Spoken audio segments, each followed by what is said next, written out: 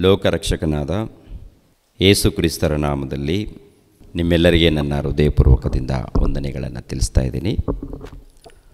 ದೈವಕುಮಾರನಾದ ದೇವರು ಶರೀರಧಾರಿಯಾಗಿ ಯಾಕೆ ಬಂದನು? ದೈವಕುಮಾರನಾದ ದೇವರು ಶರೀರಧಾರಿಯಾಗಿ ಯಾಕೆ ಬಂದನು ಎಂಬ ಅಂಶವನ್ನು ನಿಮ್ಮೊಟ್ಟಿಗೆ ಮಾತನಾಡ್ತಾ ಇದ್ದೀನಿ. ಪ್ರತಿಯೊಬ್ಬರೂ ಶ್ರದ್ಧೆಯಿಂದ ಕೇಳಬೇಕೆಂಬುದಾಗಿ ಪ್ರೀತಿಯಿಂದ ಕೇಳ್ಕೊಳ್ತಾ ಇದ್ದೀನಿ. ಪ್ರಿಯರಾದ ದೇವರ ಮಕ್ಕಳಿರ, ಸತ್ಯವೇದ ಗ್ರಂಥದಲ್ಲಿ ಬರೆಯಲ್ಪಟ್ಟಂಥ ಜ್ಞಾನ ಅದ್ಭುತವಾದದ್ದು. ಅದು ಪ್ರತಿಯೊಬ್ಬರು ಕೂಡ ಅರ್ಥ ಮಾಡಿಕೊಂಡು ನಂಬಿ ಅದರ ಪ್ರಕಾರ ಜೀವಿಸಬೇಕು. ಪ್ರಿಯರೇ, ಪ್ರತಿಯೊಬ್ಬರು ಕೂಡ ಈ ಲೋಕದಲ್ಲಿ ಒಬ್ಬೊಬ್ಬರು ಒಂದೊಂದು ವಚನಗಳನ್ನು ಹಿಡಿದುಕೊಂಡು ಪ್ರಯಾಣ ಮಾಡ್ತಾ ಇರ್ತಾರೆ. ಒಂದೊಂದು ವಚನಗಳಲ್ಲ, ಎಲ್ಲ ವಚನಗಳು ನಾವು ಓದಬೇಕು.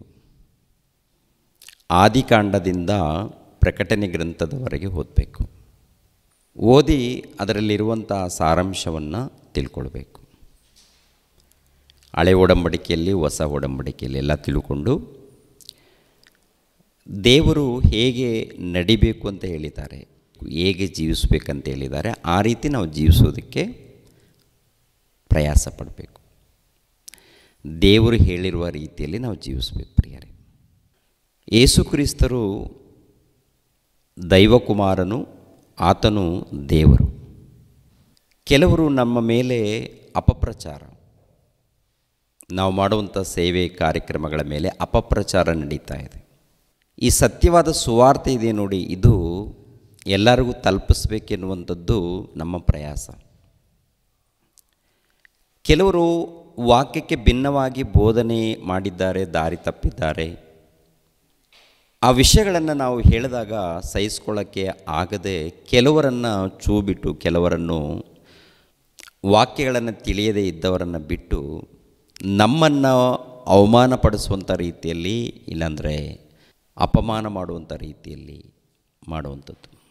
ಏನಂತೇಳಿದ್ದಾರೆ ಅಂದರೆ, ಕೆಲವರು ಸಹೋದರರು ಅಲ್ಲಿ ಮಾತನಾಡಿರುವಂಥದ್ದು ಏನಪ್ಪ ಅಂತ ನೋಡುವಾಗ, ನನ್ನ ಬಗ್ಗೆ ಅಂದರೆ ನಾನು ಯೇಸು ಕ್ರಿಸ್ತರನ್ನು ದೇವರೆಂದು ನಂಬಲಿಲ್ಲವಂತೆ, ಪವಿತ್ರಾತ್ಮನನ್ನು ದೇವರೆಂದು ನಂಬಲಿಲ್ಲವಂತೆ, ಪವಿತ್ರಾತ್ಮನನ್ನು ಯೇಸು ಕ್ರಿಸ್ತರನ್ನು ನಂಬುತ್ತಾ ಇಲ್ವಂತೆ. ಯಾಕೆ ಈ ಮಾತನ್ನು ಮಾತನಾಡಿದ್ದಾರೆ ಅಂತ ನೋಡುವಾಗ, ಅದೇ ಕೆಲವರು ಅಜ್ಞಾನಿಗಳು, ಸರ್ಪ ಜಾತಿಯವರು ಇರ್ತಾರೆ.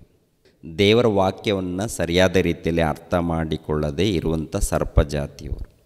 1ನೇ ಶತಮಾನದಲ್ಲಿ ಪರಿಸಾಯರಿಗೂ, ಸದ್ದುಕಾಯರಿಗೂ, ಯಾಜಕರಿಗೂ ಈ ಮಾತನ್ನು ಹೇಳಿದ್ದಾನೆ, ಸರ್ಪ ಜಾತಿಯವರೇ ಅಂತ. ಅದೇ ಗುಣವುಳ್ಳವರು ಈಗಿನ ಕಾಲದಲ್ಲಿ ಕೂಡ ಇದ್ದಾರೆ. ಯಾಕೆಂದರೆ ಎಲ್ಲೋ ಅಲ್ಲೊಂದು ವಚನ ಇಲ್ಲೊಂದು ವಚನ ಇಟ್ಕೊಂಡು ದೇವರ ವಾಕ್ಯಗಳನ್ನು ಸರಿಯಾದ ರೀತಿಯಲ್ಲಿ ಅರ್ಥ ಮಾಡಿಕೊಳ್ಳದೆ, ದೇವರ ಮನಸ್ಸನ್ನು ಅರ್ಥ ಮಾಡಿಕೊಳ್ಳದೆ ಒಂದು ರೀತಿಯಲ್ಲಿ ಅಪಪ್ರಚಾರ ಮಾಡುವಂಥದ್ದು. ಕ್ರಿಸ್ತನನ್ನು ಕುರಿತು ಅಪಪ್ರಚಾರ, ಅಪೊಸ್ತಲರನ್ನು ಕುರಿತು ಅಪಪ್ರಚಾರ, ಪೌಲನನ್ನು ಕುರಿತು ಅಪಪ್ರಚಾರ. ಇವಾಗ ಸತ್ಯದಗೋಸ್ಕರ ಹೋರಾಟ ಮಾಡುವಂಥ ನಮಗೋಸ್ಕರ, ನಮ್ಮನ್ನು ಕುರಿತು ಕೂಡ ಏನು ನಡೀತಾ ಇದೆ ಅಂದರೆ ಅಪಪ್ರಚಾರ. ಆದರೆ ಒಂದು ವಿಷಯ ಏನಪ್ಪ ಅಂದರೆ, ಜನರ ಮಧ್ಯದಲ್ಲಿ ಇವ್ರನ್ನ ಬಹಿಷ್ಕರಣ ಆಗಿ ತಂದೆಯಾದ ದೇವರನ್ನು ಮಾತ್ರ ನಂಬ್ತಾರೆ, ಯೇಸು ಕ್ರಿಸ್ತರ ನಂಬಲ್ಲ, ಪವಿತ್ರಾತ್ಮನ ನಂಬಲ್ಲ ಅಂತೇಳಿ ಈ ರೀತಿ ಮಾಡುವಂಥದ್ದು.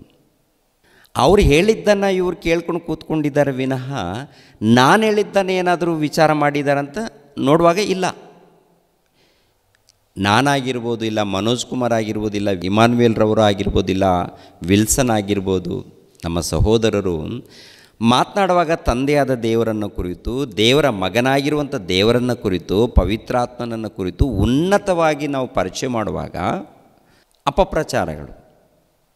ಅಯ್ಯ, ನಿಮ್ಮ ಬಗ್ಗೆ ಇಲ್ಲೆಲ್ಲ ಪ್ರಚಾರ ಏನು ನಡೀತಾ ಇದೆ ಅಂದರೆ, ನಿಮ್ಮ ಬಗ್ಗೆ ಪ್ರಚಾರ, ನೀವು ಪವಿತ್ರಾತ್ಮನನ್ನು ನಂಬ್ತಾ ಇಲ್ವಂತಲ್ಲಯ್ಯ, ನೀವು ಯೇಸು ಕ್ರಿಸ್ತರನ್ನು ನಂಬ್ತಾ ಇಲ್ವಂತಲ್ಲಯ್ಯ, ಇವರೆಲ್ಲರೂ ಹೀಗೆ ಮಾತಾಡ್ತಾ ಇದ್ದಾರೆ ಅಂತ ಹೇಳಿದರು. ನೀವು ವಾಕ್ಯವನ್ನು ಕೇಳಿ ಅಯ್ಯ, ವಾಕ್ಯ ಕೇಳಿದ ಮೇಲೆ ಅಯ್ಯ ಇವರೆಲ್ಲರೂ ಯಾಕೆ ಈ ರೀತಿ ಅರ್ಥ ಮಾಡ್ಕೊಂಡಿದ್ದಾರೆ, ಎಷ್ಟು ಅದ್ಭುತವಾಗಿ ನೀವು ಹೇಳಿದ್ದೀರಾ, ಎಷ್ಟು ಅದ್ಭುತವಾಗಿ ನಮಗೆ ಅರ್ಥ ಆಗುವಂಥ ರೀತಿಯಲ್ಲಿ ಹೇಳಿದ್ದೀರಂತೇಳಿ ಅಲ್ಲಿರುವಂಥ ಕೆಲವರು ಆಶ್ಚರ್ಯಪಡುವಂಥದ್ದು.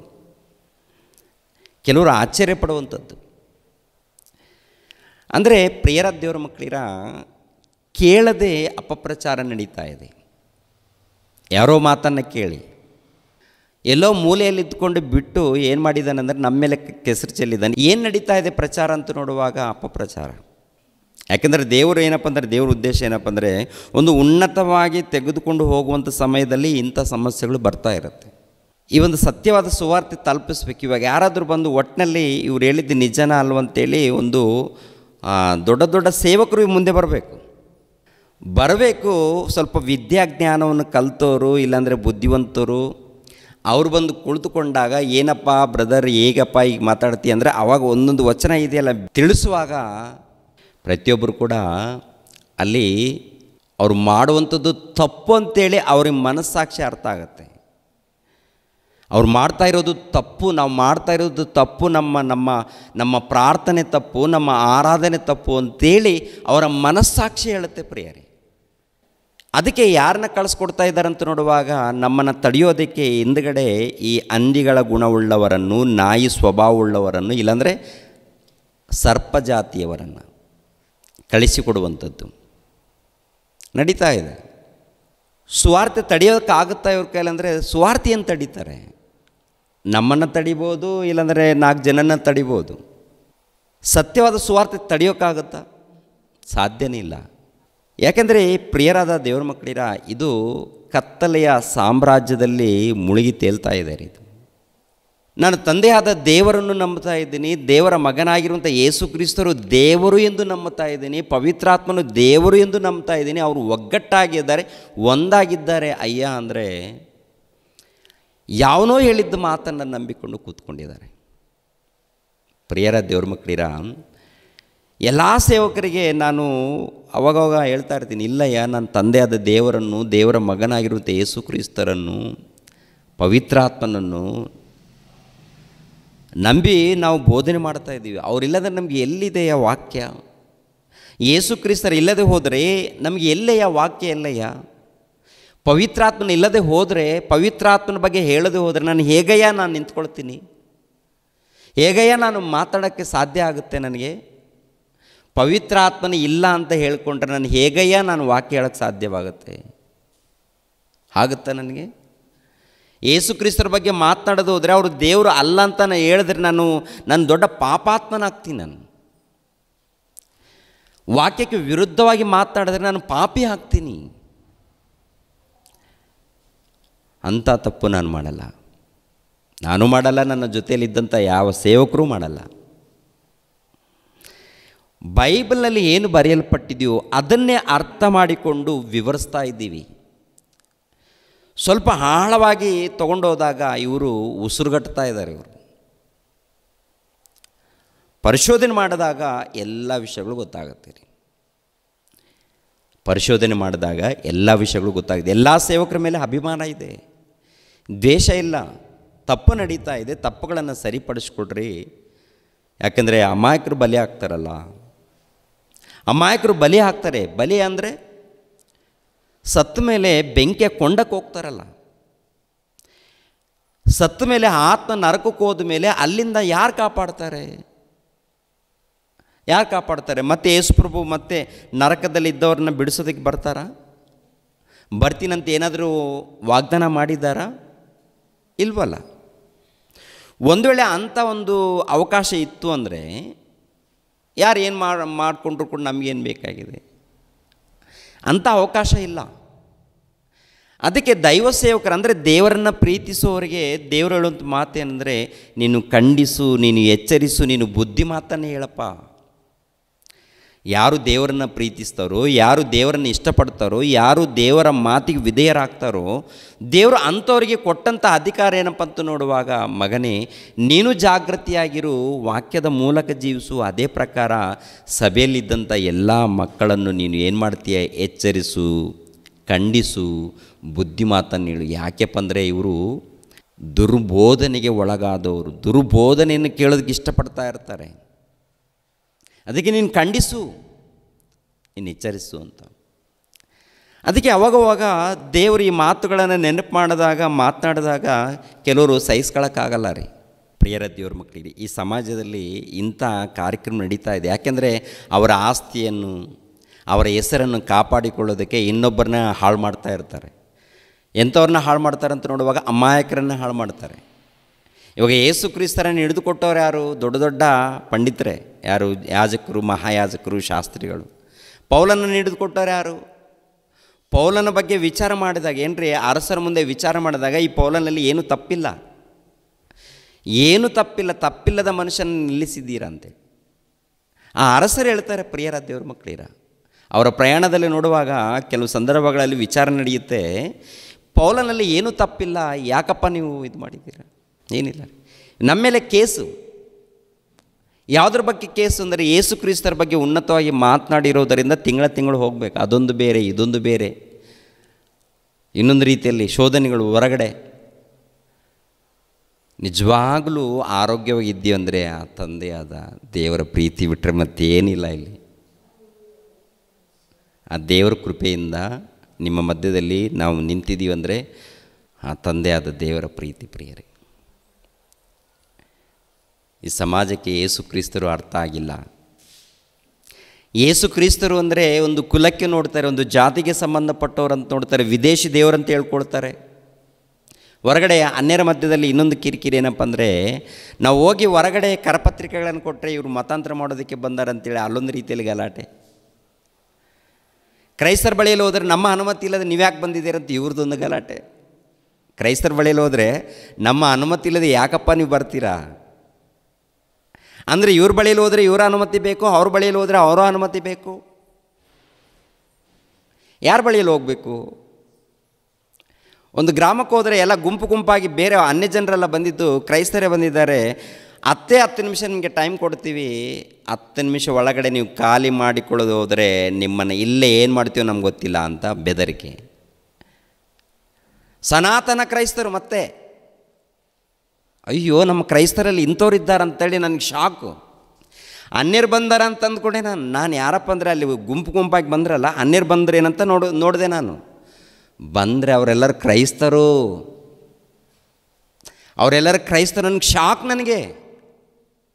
ನಾನು ಚಿಕ್ಕ ಮಗ ಸಾಯಿಕೇರಿ, ನಾನು ಬೇಗ ರೆಡಿ ಮಾಡ್ಕೊಂಡು ಹೋಗೋಣ ಅಂಥೇಳಿ ಆಮೇಲೆ ಹೊರಗಡೆ ಬಂದು ಊರು ಹೊರಕ್ಕೆ ಬಂದು ನೋಡ್ತಾ ಆಲೋಚನೆ ಮಾಡಿ ನಿಂತ್ಕೊಂಡಿದ್ದು, ಏನು ದೇವ್ರೆ ಈ ಥರ ಇದ್ದಾರಲ್ಲಿ ಇವರು ಕ್ರೈಸ್ತರ, ಇವರು 10 ನಿಮಿಷದಲ್ಲಿ ಖಾಲಿ ಮಾಡದೆ ಹೋದರೆ ಸುಟ್ಟು ಏನು ಬೇಕಾದ್ರೂ ಮಾಡ್ತೀವಿ ಅಂತ ಹೇಳ್ತಾರೆ. ಏನು ದೇವ್ರೆ ಇವರೆಲ್ಲ ಇಷ್ಟು ಭಯಂಕರವಾಗಿದ್ದಾರಾ?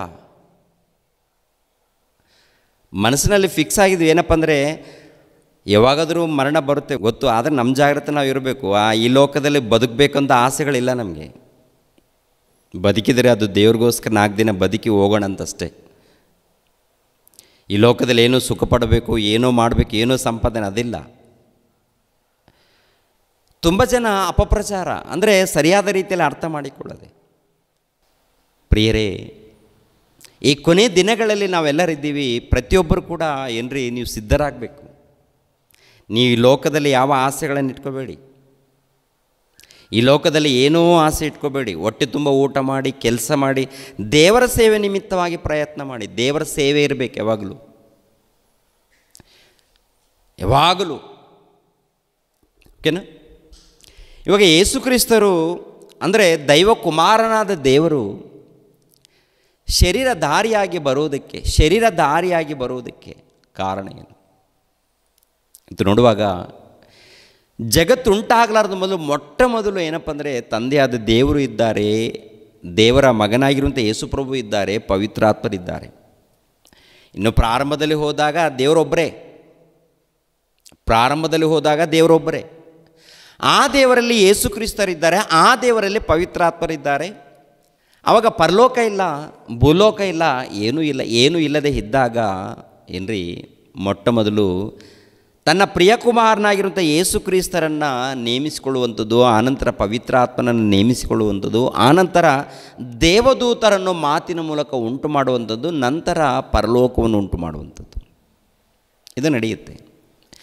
ಪರಲೋಕವನ್ನು ವಾತಾವರಣ ನೋಡಿ ಆನಂತರ ಪರಲೋಕದ ಸಿಂಹಾಸನವನ್ನು ಪಡ್ಕೊಳ್ಬೇಕು ಎಂಬ ಉದ್ದೇಶದಿಂದ ಒಬ್ಬ ದೂತನು ಏನು ಮಾಡಿದ್ದಾನೆಂದರೆ, ದೇವರ ಸಿಂಹಾಸನವನ್ನು ಸ್ವಾಧೀನಪಡಿಸ್ಕೊಳ್ಬೇಕು ಅಂತೇಳಿ ಒಳಗೆ ಕುತಂತ್ರ ಮಾಡಿದ್ದಾನೆ. ಆನಂತರ ಪರಲೋಕದಲ್ಲಿ ಯುದ್ಧ ನಡೆಯುತ್ತೆ, ಸೋತೋಗ್ತಾನೆ. ಸೋತೋದ ಮೇಲೆ ದೇವರು ಅವನೇನು ಮಾಡ್ತಾನೆ, ಬಂಧಿಸ್ತಾನೆ. ದೇವರು ಏನು ಮಾಡ್ತಾನೆ ಹೇಳಿ? ಬಂಧಿಸ್ತಾನೆ. ಎಲ್ಲಿರುತ್ತೆ ಆ ಮಾತಂತೂ ನೋಡುವಾಗ ಪ್ರಕಟಣೆ ಗ್ರಂಥ. ಆಲ್ರೆಡಿ ಈ ಘಟಾಸರ್ಪನ ಯಾರು ಹುಟ್ಟೋದಕ್ಕೆ ಕಾರಣ ಏನು ಎನ್ನುವಂಥ ಅಂಶವನ್ನು ಅನೇಕ ಸಾರಿ ನಾವು ಮಾತನಾಡಿದ್ದೀವಿ. ಅದನ್ನು ನೋಡಿದ್ರೆ ಗೊತ್ತಾಗುತ್ತೆ. ಇವಾಗ ಅದನ್ನು ದಾಟಿ ನಾನು ಮುಂದೆ ಬರ್ತಾ ಇದ್ದೀನಿ. ಪ್ರಕಟಣೆ ಗ್ರಂಥ 20ನೇ ಅಧ್ಯಾಯ 1ನೇ ವಚನ. ಆಗ ಒಬ್ಬ ದೂತನು ಅಧೋಲೋಕದ ಬೀಗದ ಕೈಯನ್ನು ದೊಡ್ಡ ಸರಪಣಿಯನ್ನು ಕೈಯಲ್ಲಿ ಹಿಡಿದುಕೊಂಡು ಪರಲೋಕದಿಂದ ಇಳಿದು ಬರುವುದನ್ನು ಕಂಡೆನು. ಅವನು ಪಿಶಾಚನು ಸೈತಾನನು ಆಗಿರುವ ಪುರಾತನ ಸರ್ಪವೆಂಬ ಘಟಾಸರ್ಪನು ಹಿಡಿದು 1000 ವರ್ಷ ಬಂಧನದಲ್ಲಿಟ್ಟನು. ನೋಡಿ, ಗಮನಿಸಬೇಕು ಪ್ರಿಯರಾದ ದೇವರ ಮಕ್ಕಳಿರ, ತಂದೆಯಾದ ದೇವರು ಪರಲೋಕವನ್ನು ಉಂಟು ಮಾಡ್ತಾರೆ. ಉಂಟು ಮಾಡಿದ ಮೇಲೆ ಆ ಪರಲೋಕದಲ್ಲಿ ಒಬ್ಬ ದೂತನು ದೇವರ ಸಿಂಹಾಸನವನ್ನು ಸ್ವಾಧೀನ ಮಾಡಿಕೊಳ್ಬೇಕು ಎಂಬ ಆಲೋಚನೆ. ಅದು ಯೆಶಾಯ ಗ್ರಂಥದಲ್ಲಿ ಬರೆಯಲ್ಪಟ್ಟಿರುತ್ತೆ. ಯೆಶಾಯ ಗ್ರಂಥದಲ್ಲಿ 14ನೇ ಅಧ್ಯಾಯ 13ನೇ ವಚನ ನೋಡಿ ಪ್ರಿಯರೇ. ಇವನು ಯಾಕೆ ಬಂಧಿಸಲ್ಪಟ್ಟಿದ್ದಾನೆ, ಇವನು ಯಾಕೆ ಬಂಧಿಸಲ್ಪಟ್ಟಿದ್ದಾನೆ ಅನ್ನೋದು ಗೊತ್ತಾಗಬೇಕಾದ್ರೆ ಈ ಮಾತನ್ನು ಗಮನಿಸಬೇಕು. ಯೆಶಾಯನ ಗ್ರಂಥ 14ನೇ ಅಧ್ಯಾಯ 13ನೇ ವಚನವನ್ನು ನೋಡಿ ಪ್ರಿಯರೇ. ನೀನು ನಿನ್ನ ಮನಸ್ಸಿನಲ್ಲಿ, ನಾನು ಆಕಾಶಕ್ಕೆ ಹತ್ತಿ ಉತ್ತರ ದಿಕ್ಕಿನ ಕಟ್ಟ ಕಡೆ ಇರುವ ಸುರಗಡ ಪರ್ವತದಲ್ಲಿ ನನ್ನ ಸಿಂಹಾಸನವನ್ನು ದೇವರ ನಕ್ಷತ್ರಗಳಿಂತ ಮೇಲೆ ಏರಿ ಆಸೀನನಾಗುವೆನು. ಅಂದರೆ ಇದು ಪ್ರಿಯರಾದ ದೇವರ ಮಕ್ಕಳಿರ ಗಮನಿಸಬೇಕು. ಒಬ್ಬ ಅರಸನನ್ನು ಕುರಿತು, ಆ ಅರಸನಲ್ಲಿ ಇರುವಂಥ ದುರಾತ್ಮನನ್ನು ಕುರಿತು, ಅಂದರೆ ಸೈತಾನನನ್ನು ಕುರಿತು ಹೇಳಿರುವಂಥದ್ದು. ಅರಸನಿಗೂ ಸೈತಾನ. ಇವಾಗ ಪೇತ್ರನ ನೋಡಿ ಒಂದು ಸಂದರ್ಭ ಬರುತ್ತೆ. ಪೇತ್ರನ ನೋಡಿ ಸೈತಾನನೇ ನನ್ನಿಂದ ತೊಲಗು ಅಂತ ಹೇಳ್ತಾನೆ. ಯಾಕೆ ಹೇಳ್ತಾನೆ? ಅಲ್ಲಿ ಪೇತ್ರನ ಸೈತಾನನ ಅಥವಾ ಪೇತ್ರನ ಒಳಗೆ ಸೈತಾನ ಬಂದಿದ್ದಾನ?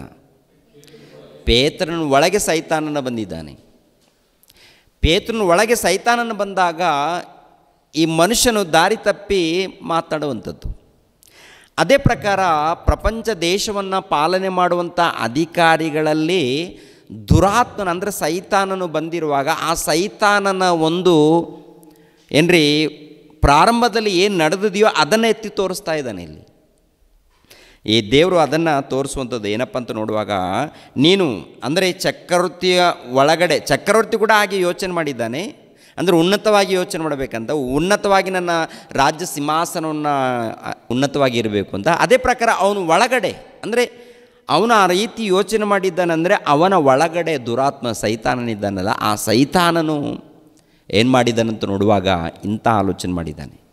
ಇದು ನೆಬೂಕದ್ನೆಚ್ಚರನ ಕುರಿತು ಒಂದು ಪ್ರವಾದನೆ ಇರುವಾಗ ಅವನಲ್ಲಿ ಈ ದುರಾತ್ಮನ ಇಲ್ಲ ಸೈತಾನನಿಗೆ ಯೋಚನೆ ಮಾಡ್ತಾ ಇದ್ದಾನಂತೇಳಿ ಆ ಸೈತಾನನ ಕುರಿತು ಮುಂಚಿತವಾಗಿ ತಿಳಿಸುವಂಥದ್ದು.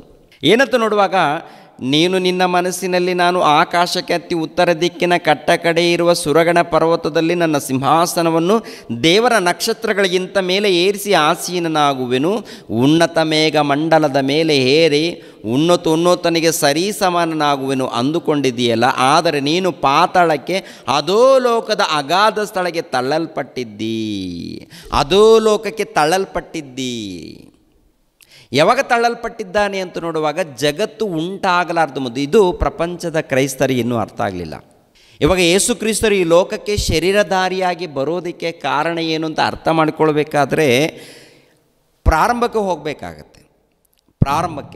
ಪ್ರಾರಂಭಕ್ಕೆ ಹೋದಾಗ ಕೆಲವು ವಿಷಯಗಳು ನಮಗೆ ಗೊತ್ತಾಗುತ್ತೆ.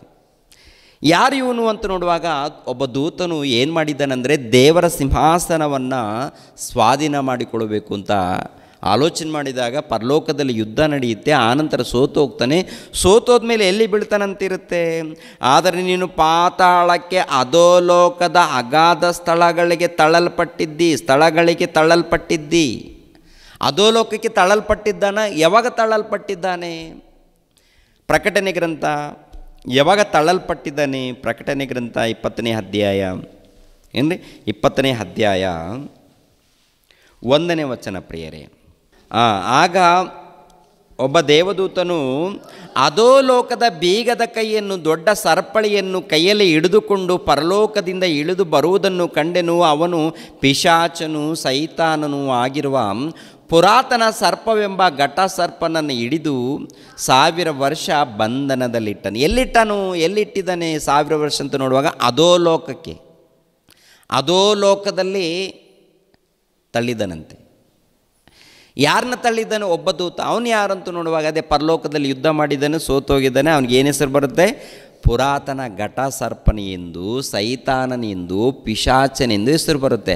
ಅಂದರೆ ಇವನು ಸೈತಾನನು ಪುರಾತನ ಘಟ ಸರ್ಪ ಎಂದು ಹೆಸರು ಪಡೋದಕ್ಕಿಂತ ಮುಂಚಿತವಾಗಿ ಏನಾಗಿದ್ದಾನಂತ ನೋಡುವಾಗ ಒಬ್ಬ ದೇವದೂತನು. ಅವನೇನಾಗಿದ್ದಾನವನು? ಒಬ್ಬ ದೇವದೂತನು. ದೇವದೂತನು ಅಂದರೆ ದೇವರ ಸೇವಕನು. ದೇವದೂತರಲ್ಲಿ ಉನ್ನತವಾದಂಥ ಅಧಿಕಾರವನ್ನು ಪಡ್ಕೊಂಡವನು. ಉನ್ನತವಾದಂಥ ಅಧಿಕಾರವನ್ನು ಪಡ್ಕೊಂಡಿರುವಂಥ ಒಬ್ಬ ದೇವದೂತನು ಏನ್ರಿ ಪರಲೋಕದ ದೇವರ ಸಿಂಹಾಸನವನ್ನು ಪಡ್ಕೊಳ್ಬೇಕು ಎಂಬ ಉದ್ದೇಶದಿಂದ ಅವನೇನು ಮಾಡ್ತಾನಂದರೆ ಒಳಗೆ ಕುತಂತ್ರ ಮಾಡಿ ಆನಂತರ ಯುದ್ಧ ಮಾಡ್ತಾನೆ. ಯುದ್ಧ ಮಾಡಿ ಸೋತು ಹೋಗ್ತಾನೆ. ಸೋತು ಹೋದ್ಮೇಲೆ ಬಂಧಿಸಲ್ಪಡುವಂಥದ್ದು. ನಮ್ಮ ಕ್ರೈಸ್ತರಲ್ಲಿ ಈ ವಿಷಯ ಏನಪ್ಪ ಅಂತ ನೋಡುವಾಗ ಆಮೇಲೆ ಯುದ್ಧ ನಡೆಯುತ್ತೆ. ಅಂದರೆ ಪರಲೋಕದಲ್ಲಿ ಯುದ್ಧ ಯಾವಾಗ ನಡೆಯುತ್ತೆ ಅಂತ ಹೇಳ್ತಾರೆ ಗೊತ್ತಾ? ಮುಂಚಿತವಾಗಿ ನಡೆದೋಗಿಲ್ಲ, ಅದು ಭವಿಷ್ಯತ್ತಲ್ಲೇ ನಡೆಯುತ್ತೆ, ಆಮೇಲೆ ನಡೆಯುತ್ತೆ. ಇಲ್ಲಾಂದರೆ ಕ್ರಿಸ್ತನ 2ನೇ ಆಗಮನದಲ್ಲಿ ನಡೀಬೋದು, ಇಲ್ಲ ಕ್ರಿಸ್ತನ ಬರೋದಕ್ಕಿಂತ ಮುಂಚಿತವಾಗಿ ನಡೀಬೋದು ಅಂತೇಳಿ ಈ ರೀತಿ ಮಾತನಾಡ್ಕೊಳ್ತಾರೆ. ಇಲ್ಲ, ಇದು ಜಗತ್ತುಂಟಾಗಲಾರ್ದು ಮುಂಚಿತವಾಗಿ ನಡೆದೋಗಿದೆ. ಯಾಕೆಂದರೆ ಯೇಸು ಪ್ರಭು ದೈವಕುಮಾರನಾಗಿರುವಂಥ ದೇವರು ಈ ಲೋಕಕ್ಕೆ ಬರಬೇಕಾದ್ರೆ, ದೈವಕುಮಾರನಾಗಿರುವಂಥ ದೇವರು ಶರೀರಧಾರಿಯಾಗಿ ಬರಬೇಕಾದ್ರೆ ಕಾರಣ ಏನು ಕಾರಣ ಇದೆ? ಯಾಕೆ ಬಂದಿದ್ದಾರೆ ಈ ಲೋಕಕ್ಕೆ? ಯಾಕೆ ಬಂದು ಈ ಲೋಕದಲ್ಲಿ ಭಯಂಕರವಾದಂಥ ಶೋಧನೆಗಳು, ಶ್ರಮೆಗಳು, ಬಾಧೆಗಳು ಅನುಭವಿಸ್ಬೇಕಾಗಿತ್ತು ಆತನು? ಯಾಕೆ ಆತನು ಇಷ್ಟೊಂದು ಭಯಂಕರವಾದಂಥ ಬಾಧೆಗಳನ್ನು ಆತನು ಅನುಭವಿಸಿದ್ದಾನೆ? ಯಾಕೆ ಪೆಟ್ಟುಗಳನ್ನು ತಿಂದಿದ್ದಾನೆ? ಯಾಕೆ ಆತನು ಶಿಲುಬೆ ಮರಣವನ್ನು ಹೊಂದಿದ್ದಾನೆ? ಯಾಕೆ ಆತನು ರಕ್ತವನ್ನು ಸುರಿಸಿದ್ದಾನೆ? ಯಾಕೆ ಆತನು ಮರಣ ಹೊಂದಿದ್ದಾನೆ? ಕಾರಣ ಗೊತ್ತಾಗಬೇಕಾದ್ರೆ ಇವೆಲ್ಲ ತಿಳ್ಕೋಬೇಕು. ಈ ದೂತನು ದೇವರ ಸಿಂಹಾಸನವನ್ನು ಪಡ್ಕೊಳ್ಬೇಕು ಅಂತ ಸೋತೋಗಿದ್ದಾನೆ. ಆಮೇಲೆ ದೊಬ್ಬಲ್ಪಟ್ಟಿದ್ದಾನೆ. ಎಲ್ಲಿಗೆ ಅಂತ ನೋಡುವಾಗ ಅಧೋಲೋಕ, ಪಾತಾಳ ಲೋಕಕ್ಕೆ ತಳ್ಳಲ್ಪಟ್ಟಿದ್ದಾನೆ. ಅಧೋಲೋಕನೂ ಅಂತಾರೆ ಅದಕ್ಕೆ, ಅಲ್ಲಿಗೆ ತಳ್ಳಲ್ಪಟ್ಟಿದ್ದಾನೆ. ಇನ್ನೊಂದು ಮಾತನ್ನು ಕೂಡ ನೋಡಿ, ಪೇತ್ರನು ಬರೆದ 2ನೇ ಪತ್ರಿಕೆ 2ನೇ ಅಧ್ಯಾಯ, ಪೇತ್ರನು ಬರೆದ 2ನೇ ಪತ್ರಿಕೆ 2ನೇ ಅಧ್ಯಾಯ 4ನೇ ವಚನ ಪ್ರಿಯರೇ. ಪೇತ್ರನು ಬರೆದ 2ನೇ ಪತ್ರಿಕೆ 2ನೇ ಅಧ್ಯಾಯ 4ನೇ ವಚನ ನೋಡಿ. ದೇವದೂತರು ಪಾಪ ಮಾಡಿದಾಗ ದೇವರು ಅವರನ್ನು ಸುಮ್ಮನೆ ಬಿಡದೆ ನರಕಕ್ಕೆ ದೊಬ್ಬಿ ನ್ಯಾಯ ತೀರ್ಪನ್ನು ಹೊಂದುವುದಕ್ಕೆ ಇಡಲ್ಪಟ್ಟವರಾಗಿರಬೇಕೆಂದು ಕತ್ತಲೆಯ ಗುಂಡಿಗಳಿಗೆ ಒಪ್ಪಿಸಿದನು. ಯಾವಾಗ ಒಪ್ಪಿಸಿದನಂತ ನೋಡುವಾಗ ಜಗತ್ತುಂಟಾಗಲಾರ್ದು ಮೊದಲು, ಅಂದರೆ ಈ ಪಂಚಭೂತಗಳು ಉಂಟಾಗಲಾರ್ದು ಮೊದಲು ಪರಲೋಕದಲ್ಲಿ ಯುದ್ಧ ಮಾಡಿದ್ದಾನೆ, ಸೋತೋಗಿದ್ದಾನೆ. ಅವನ ಜೊತೆಯಲ್ಲಿ ದೂತರು ಕೂಡ ಇದ್ದಾರಲ್ಲ, ಆ ದೂತರು ಕೂಡ ಸೋತೋಗಿದ್ದಾರೆ. ಸೋತೋದ ಮೇಲೆ ಸೈತಾನನ ದೂತರನ್ನು ದೊಬ್ಬಿ ಪಾತಾಳ ಲೋಕದಲ್ಲಿ, ಅಧೋಲೋಕ, ಕತ್ತಲೆಯ ಗುಂಡಿಯಲ್ಲಿ ದೊಬ್ಬಿದ್ದಾರೆ. ಅಲ್ಲಿ ಈ ದೊಬ್ಬುವಂಥ ಸಮಯದಲ್ಲಿ ಪ್ರಿಯರ ದೇವರ ಮಕ್ಕಳಿರ, ಅವನಿಗೆ ಸ್ವಲ್ಪ ಕಾಲ ಬಿಡುಗಡೆ ಆಗಬೇಕಂತೇಳಿ ಒಂದು ಮಾತಿರುತ್ತೆ. ಅದೇ ಪ್ರಕಟಣೆ ಗ್ರಂಥದಲ್ಲಿ ನೋಡುವಾಗ ಸ್ವಲ್ಪ ಕಾಲ ಬಿಡುಗಡೆ ಆಗಬೇಕು ಅಂತೇಳಿದ್ರೆ, ಸ್ವಲ್ಪ ಕಾಲ ಯಾಕೆ ಬಿಡುಗಡೆ ಮಾಡ್ತಾರೆ? ಸ್ವಲ್ಪ ಕಾಲ ಯಾಕೆ ಬಿಡುಗಡೆ ಮಾಡಬೇಕು ಅವನಿಗೆ?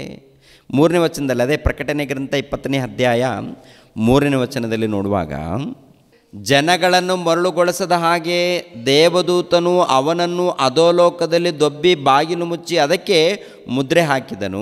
ಆ 1000 ವರ್ಷಗಳಾದ ಮೇಲೆ ಅವನಿಗೆ ಸ್ವಲ್ಪ ಕಾಲ ಬಿಡುಗಡೆಯಾಗಬೇಕು. ಸ್ವಲ್ಪ ಕಾಲ ಯಾಕೆ ಬಿಡುಗಡೆ ಮಾಡಿದ್ದಾರೆ? ಅಲ್ಲೇ ಬಿಟ್ಟಿದ್ರಾಗಿತ್ತಲ್ಲ ಸೈತಾನನನ್ನು ಅಲ್ಲೇ ಬಿಟ್ಟಿದ್ರಾಗಿತ್ತಲ್ಲ, ಯಾಕೆ ಬಿಡುಗಡೆ ಮಾಡಬೇಕಾಗಿತ್ತು? ಬಿಡುಗಡೆ ಮಾಡಿ ಮತ್ತೆ ಭೂಲೋಕಕ್ಕೆ ಯಾಕೆ ತಳ್ಳಬೇಕಾಗಿತ್ತು? ಅಲ್ಲಿ ಬಿಡುಗಡೆ ಮಾಡಿ ಭೂಲೋಕಕ್ಕೆ ತಳ್ಳಿದ್ದಾನೆ. ಭೂಲೋಕದಲ್ಲಿ ಯಾರಿದ್ದಾರೆ? ಮನುಷ್ಯರು. ಅಂದರೆ ಪ್ರಾರಂಭದ ಮನುಷ್ಯರು ಯಾರು ಬರ್ತಾರೆ? ಆದಾಮನು ಅವಳು ಉಂಟಾದ ಮೇಲೆ ಅವರ ಮಧ್ಯದಲ್ಲಿ ಬಿಡ್ತಾನೆ ಭೂಲೋಕಕ್ಕೆ. ಯಾಕೆ ಬಿಡಬೇಕಾಗಿತ್ತು? ದೇವರು ಬಿಟ್ಟಿರೋದರಿಂದ ಅವನು ಬಂದಿರೋದರಿಂದ ಹಣ್ಣು ತಿನ್ನುವಂತೆ ಮಾಡಿರೋದರಿಂದ ಪಾಪ ಬಂದಿರೋದರಿಂದ ಶಾಪ ಬಂತು, ಮರಣ ಬಂತು. ಅವನನ್ನು ಬಿಡದೇ ಇದ್ದಿದ್ರೆ ಚೆನ್ನಾಗಿತ್ತಲ್ಲ ಅಂತೇಳಿ ಕೆಲವರು. ಅದರ ಹಿಂದೆ ಏನು ನಡೆದಿದೆ ಅನ್ನುವಂಥದ್ದು ನಾವು ತಿಳ್ಕೊಬೇಕಲ್ವ. ಅಂದರೆ ಹೊರಗಡೆ ಇದ್ದಂಥ ಜನರು ತಿಳ್ಕೊಳ್ತಾರೋ ಬಿಡ್ತಾರೋ ಎರಡನೇ ವಿಷಯ, ಮತ್ತು ನಾವೇನಾದರೂ ತಿಳ್ಕೊಂಡಿದ್ದೀವ ತಿಳ್ಕೊಳ್ತಾ ಇಲ್ಲೋ ಅಂತ ನೋಡುವಾಗ ಅವೆಲ್ಲ ಬೇಡ. ಇವಾಗ ಹಬ್ಬ ಬಂತು, ಏನಪ್ಪ ಹಬ್ಬ ಮಾಡೋಣ, ನಾವು ಹೊಸ ಬಟ್ಟೆಗಳನ್ನು ಪರ್ಚೇಸ್ ಮಾಡಬೇಕು, ಮನೆಯೆಲ್ಲ ಏನಪ್ಪ ಎಲ್ಲ ಏನು ಮಾಡಬೇಕು, ಪೇಂಟ್ ಹೊಡಿಬೇಕು, ಬಣ್ಣ ಹೊಡಿಬೇಕು, ಈ ಕೆಲಸದಲ್ಲಿ ನಾವೆಲ್ಲ ಇರ್ತೀವಿ. ನೀವು ಹಬ್ಬದ ಹೇಳ್ತೀರಾ, ಏನು ಹೇಳ್ತೀರಾ ಹೇಳ್ಕೊಂಡು ನೀವು ಹೋಗಿ, ನಮ್ಮ ಕೆಲಸ ನಾವು ಮಾಡ್ತೀವಿ. ನಮ್ಮದೆಲ್ಲ ಕೂಡ ಇವಾಗ ನೋಡಿ ಹಬ್ಬದ ವಾತಾವರಣ, ಕ್ರೈಸ್ತರ ಮಧ್ಯದಲ್ಲೆಲ್ಲ ಕೂಡ ಹಬ್ಬದ ವಾತಾವರಣ. ಕೇಕ್ ಕಟ್ಟಿಂಗ್ ಮಾಡೋಣ, ಆಮೇಲೆ ಇನ್ನೇನಪ್ಪ, ಆಮೇಲೆ ಲೈಟ್ಗಳು, ಆಮೇಲೆ ಚರ್ಚೆಲ್ಲ ಎಲ್ಲ ಕೂಡ ಸಿಂಗಾರ ಮಾಡೋಣ, ಚೆನ್ನಾಗಿ ಮಾಡೋಣ, ಎಲ್ಲ ಚೆನ್ನಾಗಿರಲಿ. ನಾವು ಬಟ್ಟೆಗಳು ಹೊಸ ಬಟ್ಟೆಗಳು ತೊಗೊಳ್ಳಿ, ಒಳ್ಳೆ ರೀತಿಯಲ್ಲಿ ಊಟ ಮಾಡಿ, ತಪ್ಪೇನಿಲ್ಲ. ನಿಮ್ಮ ಮನೆಗಳಿಗೆ ಲೈಟ್ ಹಾಕ್ಕೊಳ್ತೀರಾ, ಇನ್ನು 10 ಲೈಟ್ ಹಾಕ್ಕೊಳ್ತೀರಾ, 100 ಲೈಟ್ ಹಾಕ್ಕೊಳ್ತೀರಾ, 1000 ಲೈಟ್ ಹಾಕ್ಕೊಳ್ತೀರಾ, ಸ್ಟಾರ್ ಹಾಕ್ಕೊಳ್ತೀರಾ, ನಿಮ್ಮಿಷ್ಟ. ವಾಕ್ಯದ ಪ್ರಕಾರ ನೀವು ಇಲ್ಲದೆ ಹೋದರೆ ಎಲ್ಲ ಕೂಡ ವ್ಯರ್ಥ. ನಿಮ್ಮ ಬದುಕುಗಳಲ್ಲಿ ನಿಜವಾದ ಬೆಳಕಿಲ್ಲದೆ ಹೋದರೆ, ನಿಮ್ಮ ಬದುಕುಗಳಲ್ಲಿ ಭಕ್ತಿ ಇಲ್ಲದೆ ಹೋದರೆ, ನಿಮ್ಮ ಬದುಕಿನಲ್ಲಿ ದೇವರು ಇಲ್ಲದೆ ಹೋದರೆ, ನೀನು ಲೈಟ್ ಹಾಕ್ಕೊಂಡ್ರೆ ಏನು, ಕುಣಿದಾಡಿದ್ರೆ ಏನು ಮಾಡಿದ್ರೆ ಏನಿದೆ ಹೇಳು? ಅವೆಲ್ಲ ಬೇಡ ಬ್ರದರ್. ನಮ್ಗೆ ಲೈಟ್ ಬೇಕು, ಸ್ಟಾರ್ ಬೇಕು, ಊಟ ಬೇಕು, ಕುಣಿದಾಡ್ತೀವಿ, ಕೇಕ್ ಕಟ್ಟಿಂಗು, ನಮ್ಮ ಮಕ್ಕಳನ್ನ ಬೆಳೆಸಿದ್ವಿ. ಮಕ್ಕಳು ಬಂದು, ನನ್ನ ಮಗ ಬಂದು ಏನಾಗ್ತಾನೆ, ಯೋಸೇಪನಾಗ್ತಾನೆ, ನನ್ನ ಮಗಳು ಬಂದು ಮರಿಯಳಾಗ್ತಾಳೆ, ಆ ಇಬ್ಬರು ಬಂದು ನಾಟಕ ಆಡ್ತಾರೆ. ಆ ಮಕ್ಕಳ ಕೈಯಲ್ಲಿ ಚಿಕ್ಕದೊಂದು ಬೊಂಬೆ ಕೊಡ್ತೀವಿ, ಯೇಸು ಕ್ರಿಸ್ತರ ನಾಟಕ, ಜೈ ಅಂದ್ಬಿಡೋಣ, ಕುಣಿಯೋಣ, ತಿನ್ನೋಣ, ಹಾಯ್ ಮಜಾ ಮಾಡೋಣ ಅಂತ. ಹೇಗಾಗಿದೆ ನೋಡಿದಂತ. ಅವ್ರ ಮಧ್ಯದಲ್ಲಿ ಮತ್ತು ಯೇಸು ಪ್ರಭು ದೀಕ್ಷಾಸನ ಪಡ್ಕೊಂಡ ಮೇಲೆ ಒಂದು ಚಿಕ್ಕ ಯೇಸು ಪ್ರಭು ಬರ್ತಾನೆ, ಇನ್ನೊಬ್ಬನು ಸೈತಾನ್ ಕಪ್ಪು ಡ್ರೆಸ್ ಹಾಕೊಂಡು ಬರ್ತಾನೆ. ಇವನು ಸೈತಾನಂತೆ, ಇವನು ಯೇಸು ಪ್ರಭು ಅಂತೆ, ಮಾತಾಡ್ತಾರಂತೆ, ಕಥೆಗಳು ಹೇಳ್ಬಿಡ್ತಾರೆ. ಅಂದರೆ ದೇವರ ವಾಕ್ಯಗಳನ್ನು ಎಲ್ಲಿ ತನಕ ಕಲ್ತಿದ್ದಾರೆ, ಏನು ಕಲ್ತಿದ್ದಾರೆ, ಏನಂತ ಏನೂ ಇಲ್ಲ, ಎಲ್ಲ ಮತ್ತಿನಲ್ಲಿದ್ದಾರೆ, ಮಾಯದಲ್ಲಿದ್ದಾರೆ. ಪ್ರಿಯರ ದೇವ್ರ ಮಕ್ಕಳಿಗೆ ಒಂದು ಸರಿ ಯೋಚನೆ ಮಾಡಿ. ನಮ್ಮವರೆಲ್ಲರೂ ಕೂಡ ಮೊಟ್ಟ ಮೊದಲು ನಮ್ಮೂರು ಸರಿ ಆಗಬೇಕು. ಇಲ್ಲಿ ಏನಾಗಿದೆ ಅಂತ ನೋಡುವಾಗ 3ನೇ ವಚನದಲ್ಲಿ ಅವನಿಗೆ ಸ್ವಲ್ಪ ಕಾಲ ಬಿಡುಗಡೆ. ಏನು ಸ್ವಲ್ಪ ಕಾಲ? ಯಾಕೆ ಬಿಡುಗಡೆ ಮಾಡಿದ್ದಾರೆ? ಯಾಕೆ? ದೇವರೇ ನಾನು ಪಾಪ ಮಾಡಿದ್ದೀನಲ್ಲ, ದೇವರೇ ನಾನು ತಪ್ಪು ಮಾಡಿದ್ದೀನಲ್ಲ, ನನ್ನನ್ನು ನೀವು ಶಿಕ್ಷಿಸ್ತಾ ಇದ್ದೀರಾ. ಓಕೆ, ನಿನ್ನ ಮಕ್ಕಳು ತಪ್ಪು ಮಾಡಿದ್ರೆ ಏನು ಮಾಡ್ತೀರಾ? ನಾನು ಪಕ್ಷಪಾತಿಯಲ್ಲ. ದೇವರು ಪಕ್ಷಪಾತಿನ? ದೇವರು ಪಕ್ಷಪಾತಿ ಅಲ್ಲ. ನೀನು ತಪ್ಪು ಮಾಡಿದರೆ ನಿನಗೆ ಶಿಕ್ಷೆ, ನನ್ನ ಮಕ್ಕಳು ತಪ್ಪು ಮಾಡಿದ್ರೆ ನನ್ನ ಮಕ್ಕಳು ಕೂಡ ಶಿಕ್ಷೆ ಆಗಬೇಕು. ಆಯ್ತು, ನನಗೆ ಅವಕಾಶ ಕೊಡ್ತೀರಾ? ಅದೇ ಅವಕಾಶ. ದೇವರು ಅವಕಾಶ ಯಾಕೆ ಕೊಟ್ಟಿದ್ದಾರಂದರೆ, ತಾನು ತಪ್ಪು ಮಾಡಿರೋದರಿಂದ ಶಿಕ್ಷೆ ಬಂದಿದೆ. ಇವಾಗ ನಿನ್ನ ಮಕ್ಕಳು, ಯಾಕೆಂದರೆ ನಿನ್ನ ಮಕ್ಕಳನ್ನು ಪಡಿತೀನಿ ಅಂತ ಹೇಳ್ತಾ ಇದ್ದೀರಾ, ಭೂಲೋಕವನ್ನು ಉಂಟು ಮಾಡ್ತಾ ಇದ್ದೀರಿ ಅಂತ ಹೇಳ್ತಿದ್ದೀರಾ. ಆ ಮಕ್ಕಳು ತಪ್ಪು ಮಾಡಿದ್ರೆ, ಆ ಮಕ್ಕಳು ಪಾಪ ಮಾಡಿದ್ರೆ ಅವ್ರಿಗೆ ಏನು ಮಾಡ್ತೀರಾ? ಖಂಡಿತವಾಗಿ ಶಿಕ್ಷಿಸ್ತೀನಿ, ಖಂಡಿತವಾಗಿ. ಪ್ರಿಯರ ದೇವ್ರ ಮಕ್ಕಳಿರ, ಇದು ಪ್ರಿಯರೇ ಏನ್ರಿ, ಪ್ರಾರಂಭದಲ್ಲಿ ಆದಾಮನಿಗೆ ಹವ್ವಳಿಗೆ ಹೇಳಿದಾರ, ಏದೇನು ತೋಟ ಉಂಟು ಮಾಡಿದ ಮೇಲೆ ಆ ಏದೇನು ತೋಟದಲ್ಲಿ ಒಳ್ಳೆದರ ಕೆಟ್ಟದರ ಹರವನ್ನು ಹುಟ್ಟಿಸುವಂಥ ಹಣ್ಣಿನ ಮರವನ್ನು ಹಾಕಿದ್ದೀನಿ, ಇದ್ರ ತಂಟಿಗೆ ನೀವು ಹೋಗಬೇಡಿ ಅಂತ. ಅಲ್ಲಿ ಪಾಪ ಮಾಡಿದ್ರೆ ಏನು? ಪಾಪ ಮಾಡಿದ್ರೆ ಶಾಪ ಬರುತ್ತೆ, ಮರಣ ಬರುತ್ತೆ, ಅದೆಲ್ಲ ದೇವ್ರಿಗೆ ಗೊತ್ತಲ್ವ. ಮತ್ತು ದೇವ್ರಿಗೂ ಗೊತ್ತಾಗಿರುವಾಗ ತನ್ನ ಮಕ್ಕಳನ್ನು ಹೇಗೆ ಕಾಪಾಡಿಕೊಳ್ಳಬೇಕು ಅಂತ ಪ್ರಯತ್ನ ಮಾಡ್ತಾ ಇದ್ದಾರೆ. ತನ್ನ ಮಕ್ಕಳನ್ನು ಹೇಗೆ ಕಾಪಾಡಿಕೊಳ್ಳೋದಕ್ಕೆ ದೇವ್ರು ಪ್ರಯತ್ನ ಮಾಡಿ. ಯಾಕೆಂದರೆ ಅಲ್ಲಿ ಮಾತು ಕೊಟ್ಟಿದ ಮೇಲೆ ಮಾತು ತಪ್ಪಲ್ಲ. ದೇವರು ಮಾತು ಕೊಟ್ಟಿದ್ದಾರೆ ಅಂದರೆ ಮಾತು ತಪ್ಪಲ್ಲ, ನಡೆಯುತ್ತೆ. ಆದರೆ ಕಾಪಾಡಿಕೊಳ್ಳೋದು ಹೇಗೆ? ತನ್ನ ಮಕ್ಕಳನ್ನು ಕಾಪಾಡಿಕೊಳ್ಳೋದಕ್ಕೆ ಅಂದರೆ ಪ್ರಾರಂಭದಿಂದ ಕೂಡ ಹೇಳ್ತಾ ಬರ್ತಾರೆ, ನೀವು ನನ್ನ ಮಾತನ್ನು ಕೇಳಬೇಕು ಅಂತ, ನೀವು ನನ್ನ ಮಾತನ್ನು ಕೇಳಬೇಕು ಅಂತ. ಎರಡನೇದಾಗಿ ವಿಷಯ ಏನಪ್ಪ ಅಂದರೆ, ಜಗತ್ತು ಉಂಟಾಗಲಾರ್ದ ಮೊದಲು ಇನ್ನೊಬ್ಬರು ನೇಮಿಸಲ್ಪಡ್ತಾರೆ, ಅವರೇ ಪ್ರಭು. ಇವಾಗ ಇವನಿಗೆ ಅವಕಾಶ ಕೊಟ್ಟಾಗ, ಯಾರಿಗೆ? ಸೈತಾನಿಗೆ ಅವಕಾಶ ಕೊಟ್ಟಾಗ ಅವನು ಭೂಲೋಕಕ್ಕೆ ಬೀಳ್ತಾನೆ. ಭೂಲೋಕಕ್ಕೆ ಬೀಳೋದಕ್ಕಿಂತ ಮುಂಚೆ ತಂದೆಯಾದ ದೇವರು ಮುಂಚಿತವಾಗಿ ಒಂದು ಸಂಕಲ್ಪ ಮಾಡಿಕೊಂಡಿದ್ದಾನೆ ಇಲ್ವಂತ ನೋಡುವಾಗ ಒಂದು ಸಾರಿ ನೋಡಿ, ಪೇತ್ರನು ಬರೆದ ಮೊದಲನೇ ಪತ್ರಿಕೆ 1ನೇ ಅಧ್ಯಾಯ 20ನೇ ವಚನ. ಪೇತ್ರನು ಬರೆದ ಮೊದಲನೇ ಪತ್ರಿಕೆ 1ನೇ ಅಧ್ಯಾಯ 20ನೇ ವಚನ ನೋಡಿ ಪ್ರಿಯರೇ. ಆತನು ಜಗದುತ್ಪತ್ತಿಗೆ ಮೊದಲೇ ಗೊತ್ತು ಮಾಡಲ್ಪಟ್ಟು ಅಂತ್ಯಕಾಲದಲ್ಲಿ ನಿಮಗಾಗಿ ಪ್ರತ್ಯಕ್ಷನಾದನು. ಯಾವಾಗ ಗೊತ್ತು ಮಾಡಲ್ಪಟ್ಟಿದ್ದಾನೆ? ಯಾವಾಗ ನೇಮಿಸಲ್ಪಟ್ಟಿದ್ದಾನೆ ಪ್ರಭು ಅಂತ ನೋಡುವಾಗ, ಜಗತ್ತುಂಟಾಗಲಾರ್ದ ಮೊದಲೇ ನೇಮಿಸಲ್ಪಟ್ಟಿದ್ದಾನೆ. ಜಗತ್ತುಂಟಾಗಲಾರ್ದ ಮೊದಲು ನೇಮಿಸಲ್ಪಟ್ಟಿದ್ದಾನೆ. ಏನು ನೇಮಿಸಲ್ಪಟ್ಟಿದ್ದಾನೆ? ಜಗತ್ತುಂಟಾಗಲಾರ್ದ ಮೊದಲು ಏನೆಂದು ನೇಮಿಸಲ್ಪಟ್ಟಿದ್ದಾನೆ? ಜಗತ್ತು ಉಂಟಾಗಲಾರ್ದ ಮೊದಲು ಯೇಸು ಪ್ರಭು ಏನಂತ ನೇಮಿಸಲ್ಪಟ್ಟಿದ್ದಾನೆ? ಯಾರು ನೇಮಿಸಿದ್ದಾರೆ? ನೇಮಿಸಲ್ಪಟ್ಟಿದ್ದಂದರೆ ನೇಮಿಸಿದವರು ಯಾರು? ತಂದೆಯಾದ ದೇವರು. ತಂದೆಯಾದ ದೇವರು ಇರುವುದರಿಂದ ನೇಮಿಸಿದ್ದಾರೆ. ಯಾಕೆ ನೇಮಿಸಲ್ಪಟ್ಟಿದ್ದಾರೆ? ಏನು ನೇಮಿಸದ್ದು ಏನಪ್ಪ ಅಂತ ನೋಡುವಾಗ ಏನ್ರಿ, ಸೈತಾನನು ಈ ಲೋಕಕ್ಕೆ ಬರ್ತಾನೆ, ಅನೇಕರನ್ನು ಮರುಳು ಮಾಡ್ತಾನೆ, ಅನೇಕರನ್ನು ಪಾಪದ ಮಾರ್ಗದಲ್ಲಿ ನಡೆಸ್ತಾನೆ, ಕತ್ತಲೆಯ ಮಾರ್ಗದಲ್ಲಿ, ಅಂಧಕಾರದ ದೊರೆತನದಲ್ಲಿ ಅಂದರೆ ಮಾಯದಲ್ಲಿ ತನ್ನ ಹತೋಟಿಯಲ್ಲಿ ನಡೆಸ್ಕೊಳ್ತಾನೆ, ತನ್ನ ಹತೋಟಿಯಲ್ಲಿ ಸೇರಿಸ್ಕೊಳ್ತಾನೆ. ಅವರನ್ನು ಬಿಡಿಸೋದಕ್ಕೆ, ಅವರೆಲ್ಲರನ್ನು ಕಾಪಾಡೋದಕ್ಕೆ ಭಕ್ತರನ್ನು, ಮಕ್ಕಳನ್ನು ಕಳಿಸ್ಕೊಡ್ತೀನಿ. ಕೊನೆಯದಾಗಿ ನನ್ನ ಮಗನ ಮೂಲಕ, ನನ್ನ ಪ್ರಿಯ ಕುಮಾರನ ಮೂಲಕ ಯಾರ್ಯಾರು ತಪ್ಪು ಮಾಡಿದವರು ಎಲ್ಲರಿಗೋಸ್ಕರ ಈತನು ಏನಾಗ್ತಾನಂತ ನೋಡುವಾಗ ಏನ್ರಿ, ಈತನು ಶಿಕ್ಷೆ ಪಡ್ಕೊಳ್ತೀನಿ. ಈತನು ಪ್ರಭು ಅಂದರೆ ಅಲ್ಲಿ ಯೆಶಾಯ ಗ್ರಂಥದಲ್ಲಿ ಒಂದು ಮಾತು ನೋಡುವಾಗ, ಯೆಶಾಯ ಗ್ರಂಥದಲ್ಲಿ ಒಂದು ಮಾತು ಏನಪ್ಪ ಅಂತ ನೋಡುವಾಗ, ಎಲ್ಲರ ತಪ್ಪುಗಳಿಗೆ ಶಿಕ್ಷೆ ಕೊಡಬೇಕಲ್ಲ. ಎಲ್ಲರಿಗೆ ತಪ್ಪು ಮಾಡಿರ್ತಾರೆ ನೋಡಿ, ಆ ತಪ್ಪುಗಳಿಗೆ ಶಿಕ್ಷೆ ಎಲ್ಲರೂ ಪಡ್ಕೊಳ್ಬೇಕು. ಆದರೆ ಎಲ್ಲ ಶಿಕ್ಷೆಯನ್ನು ಯಾರು ಪಡ್ಕೊಳ್ತಾರಂತ ಇರುತ್ತೆ ಅಂತ ನೋಡುವಾಗ ಯೇಸು ಪ್ರಭು ಪಡ್ಕೊಳ್ತಾ ಇದ್ದಾರೆ. ಅಲ್ಲಿ ನೋಡಿ, ಅಲ್ಲಿ ಯೆಶಾಯನ ಗ್ರಂಥ 53ನೇ ಅಧ್ಯಾಯ ಪ್ರಿಯರೇ. ಯೆಶಾಯನ ಗ್ರಂಥ 53ನೇ ಅಧ್ಯಾಯ 3ನೇ ವಚನವನ್ನು ನೋಡೋಣ ಪ್ರಿಯರೇ. ಆತನು ಧಿಕ್ಕರಿಸಲ್ಪಟ್ಟವನು, ಮನುಷ್ಯರು ಸೇರಿಸಿಕೊಳ್ಳದವನು, ಸಂಕಷ್ಟದೊಳಗಾದವನು, ವ್ಯಾಧಿ ಪೀಡಿತನು, ಜನರು ಮುಖವನ್ನು ಹೊರೆ ಮಾಡಿಕೊಳ್ಳುವ ಧಿಕ್ಕಾರಕ್ಕೆ ಒಳಗಾದವನು ಆಗಿದ್ದನು. ನಾವು ಆತನನ್ನು ಲಕ್ಷ್ಯಕ್ಕೆ ತರಲಿಲ್ಲ. ನಿಜವಾಗಿಯೂ ನಮ್ಮ ಸಂಕಷ್ಟಗಳನ್ನು ಆತನು ಅನುಭವಿಸಿದನು. ಆತನು ಹೊತ್ತ ಹೊರೆಯು ನಮ್ಮ ಸಂಕಷ್ಟವೇ ಹೌದು. ಅಂದರೆ ಆತನು ಹೊತ್ತಂಥ ಹೊರೆ, ಆತನು ಹೊತ್ತಂಥ ಹೊರೆ ಅಂದರೆ ನಮ್ಮೆಲ್ಲರ ಭಾರವನ್ನು, ನಮ್ಮೆಲ್ಲರ ಕಷ್ಟವನ್ನು ಆತನು ಹೊತ್ತಿದ್ದಾನೆ. ಅಂದರೆ ಯಾರ್ಯಾರು ತಪ್ಪು ಮಾಡಿರುವಂಥ ಪ್ರತಿಯೊಬ್ಬರಿಗೆ ಏನಾಗಬೇಕಂತ ನೋಡುವಾಗ ಶಿಕ್ಷೆ ಆಗಬೇಕು. ಶಿಕ್ಷೆ ಆಗಬೇಕು ಪ್ರತಿಯೊಬ್ಬರಿಗೆ. ನಾವಾದರೂ ಆತನು ದೇವರಿಂದ ಬಾಧಿತನು, ಪೆಟ್ಟು ತಿಂದವನು, ಕುಗ್ಗಿಸಲ್ಪಟ್ಟವನು ಎಂದು ಭಾವಿಸಿಕೊಂಡೆವು. ನಮ್ಮ ದ್ರೋಹಗಳ ದೆಸೆಯಿಂದ ಆತನಿಗೆ ಗಾಯವಾಗಿತ್ತು, ನಮ್ಮ ಅಪರಾಧಗಳ ನಿಮಿತ್ತ ಆತನು ಜಜ್ಜಲ್ಪಟ್ಟನು. ನಮಗೆ ಸುಕ್ಷೇಮವನ್ನು ಉಂಟು ಮಾಡುವ ದಂಡನೆಯನ್ನು ಆತನು ಅನುಭವಿಸಿದನು. ಆತನ ಬಾಸುಂಡೆಗಳಿಂದ ನಮಗೆ ಗುಣವಾಯಿತು. ನಾವೆಲ್ಲರೂ ಕುರಿಗಳಂತೆ ದಾರಿ ತಪ್ಪಿ ತೊಳಲುತ್ತಿದ್ದೆವು. ಪ್ರತಿಯೊಬ್ಬನು ತನ್ನ ದಾರಿಯನ್ನು ಹಿಡಿಯುತ್ತಿದ್ದನು. ನಮ್ಮೆಲ್ಲರ ದೋಷ ಫಲವನ್ನು ಯೆಹೋವನು ಆತನ ಮೇಲೆ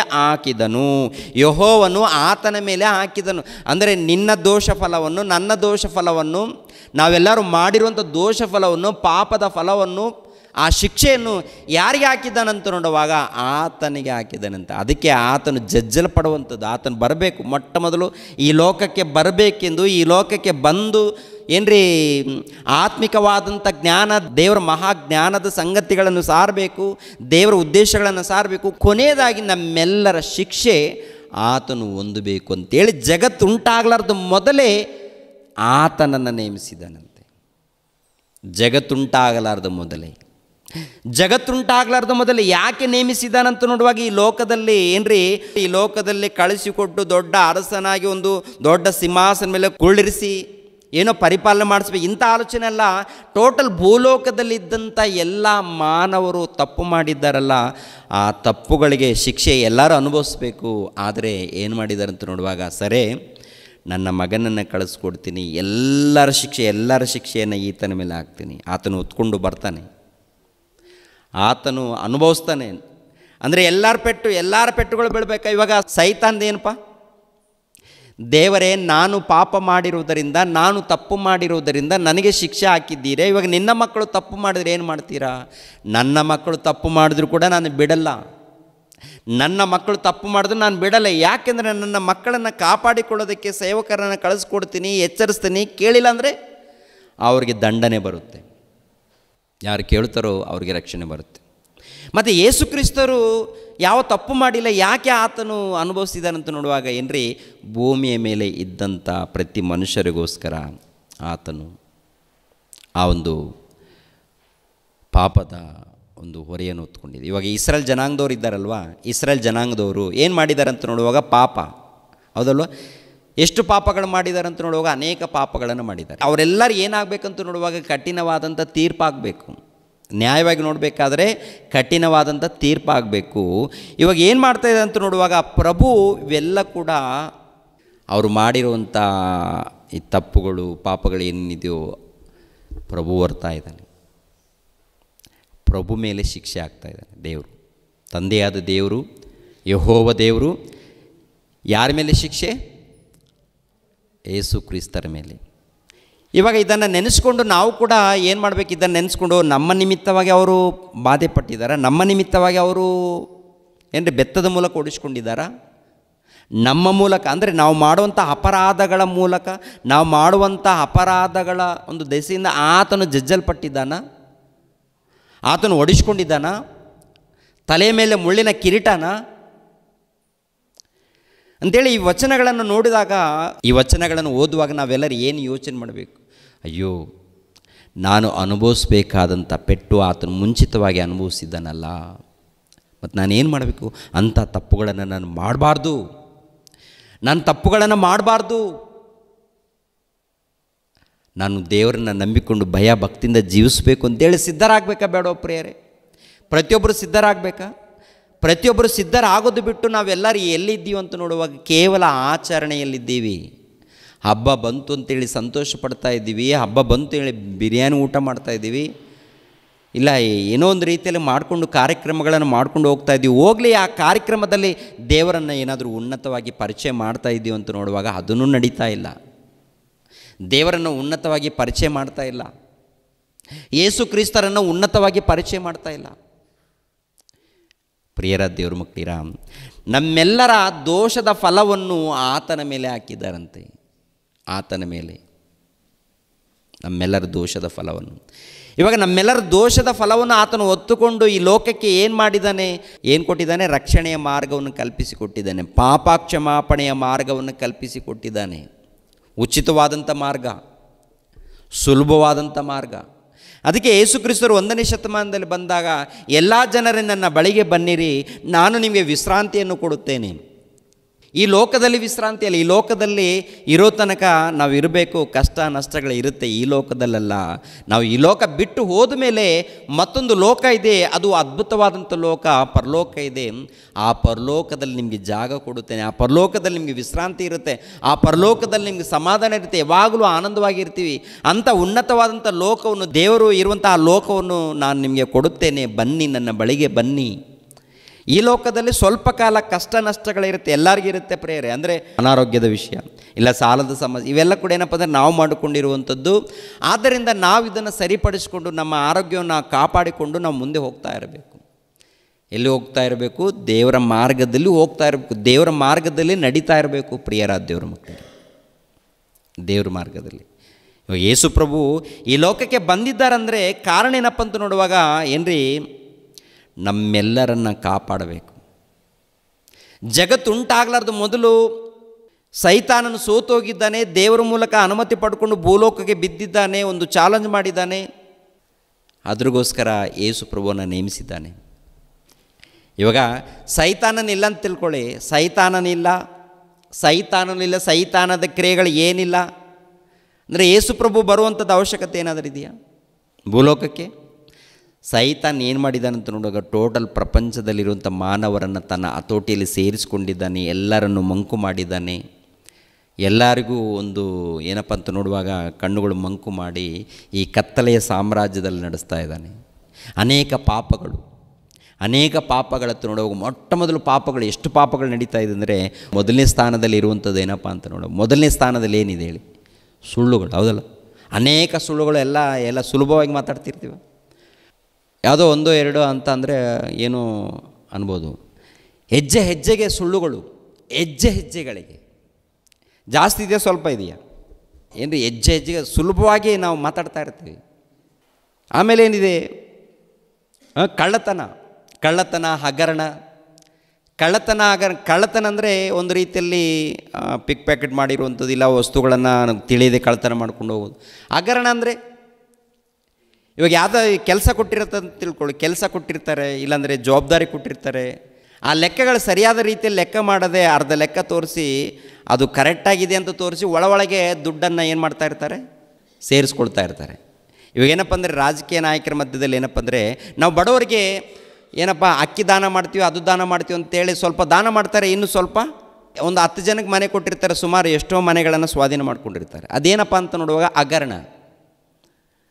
ಅದೇನಪ್ಪ ಅಂತ ನೋಡುವಾಗ ಬಡವ್ರಿಗೆ ಏನೋ ಕೊಟ್ಟಿದ್ದೀವಿ ಅಂತೇಳಿ ಸ್ವಲ್ಪ ತೋರಿಸ್ತಾರೆ, ಇನ್ನು ಒಳಗಡೆ ತಮ್ಮ ಅಕೌಂಟಲ್ಲಿ ಸೇರಿಸ್ಕೊಂಡಿರ್ತಾರೆ. ಅದು ಹಗರಣ. ಇಂಥದ್ದು ಪ್ರಪಂಚ ದೇಶದಲ್ಲಿ ನಡೀತಾ ಇದೆ, ಇದು ನಡೀತಾ ಇದೆ. ವ್ಯಭಿಚಾರ ಆಗಿರ್ಬೋದು, ಜಾರತ್ವ ಆಗಿರ್ಬೋದು, ಏನ್ರಿ, ಆಮೇಲೆ ಅನೈತಿಕ ಸಂಬಂಧಗಳಾಗಿರ್ಬೋದು, ಇವು ಕೂಡ ಜಾಸ್ತಿ ಇವು ಕೂಡ ಬಹಳ ನಡೀತಾ ಇದೆ. ಆಮೇಲೆ ದಬ್ಬಾಳಿಕೆ ಆಗಿರ್ಬೋದು, ಇಲ್ಲಾಂದರೆ ಸುಲಿಗೆ, ದೌರ್ಜನ್ಯ, ಮಾನಭಂಗಗಳು, ನರಹತ್ಯೆಗಳು, ಗಲಾಟೆಗಳು, ಜಗಳಗಳು, ಯುದ್ಧಗಳು, ಮಾರಣಕಾಂಡಗಳು, ಓಕೆನಾ, ಇವೆಲ್ಲ ಬಹಳ ನಡೀತಾ ಇದೆ ಅಂತ ನೋಡುವಾಗ, ಇವೆಲ್ಲ ಯಾರ ಮೂಲಕ ಅಂತ ನೋಡುವಾಗ ಅಂಧತ್ವ ಅಂದರೆ ಸೈತಾನನ ಒಂದು ಆಲೋಚನೆ ಮೂಲಕ ಈ ಪ್ರಪಂಚದಲ್ಲಿ ಇವೆಲ್ಲ ಕೂಡ ನಡೀತಾ ಇದೆ. ಜಗಳಗಳಿದೆ, ದಬ್ಬಾಳಿಕೆ ನಡೀತಾ ಇದೆ, ಮೋಸ ನಡೀತಾ ಇದೆ. ಇವೆಲ್ಲ ಬಹಳ ಇದೆಯಾ, ಸ್ವಲ್ಪ ಇದೆಯಾ ಅಂತ ನೋಡುವಾಗ ಬಹಳ ಪ್ರಪಂಚದ ಎಲ್ಲ ಕಡೆ ಸುತ್ತಕೊಂಡಿದೆಯಾ, ಎಲ್ಲ ಕಡೆ ಇದೆಯಾ, ಒಂದು ಕಡೆ ಇದೆಯಾ? ಕೊನೆಯದಾಗಿ ದೇವರ ಸಭೆ ಅಂತ ಹೇಳಿಕೊಳ್ಳೋರ ಮಧ್ಯದಲ್ಲಿ ಕೂಡ ಇಂಥವು ನಡೀತಾ ಇದೆ ಪ್ರಿಯರೇ. ಇಲ್ಲಂತೀರಾ? ಇದೆಯಂತೀರಾ? ದೇವರ ಸಭೆ ಅಂತ ಹೇಳಿಕೊಳ್ಳೋರು, ದೇವರ ಮಕ್ಕಳು, ಕ್ರೈಸ್ತರು, ದೇವರ ಭಕ್ತರು ಅಂತ ಹೇಳಿಕೊಳ್ಳೋರ ಮಧ್ಯದಲ್ಲಿ ಕೂಡ ಇಂಥವೆಲ್ಲ ಕೂಡ ನಡೀತಾ ಇದೆ. ಯಾರನ್ನ ನಂಬಬೇಕು, ಯಾರನ್ನ ಬಿಡಬೇಕು, ದೇವರಿಗೆ ಏನು ಅನ್ನಿಸ್ತಾ ಇದೆ ಪ್ರಿಯರ ದೇವರ ಮಕ್ಕಳಿರ? ಯಾರನ್ನ ನಂಬಲಿ ನಾನು ಯಾರನ್ನ ನಂಬಲಿ? ಯಾರನ್ನ ನಂಬಿ ಕಳಿಸ್ಕೊಡ್ಲಿ ನಾನು? ನನ್ನ ಮಕ್ಕಳನ್ನು ಕಾಪಾಡೋರು ಯಾರು? ನಂಬಿಗಸ್ತರು ಯಾರು?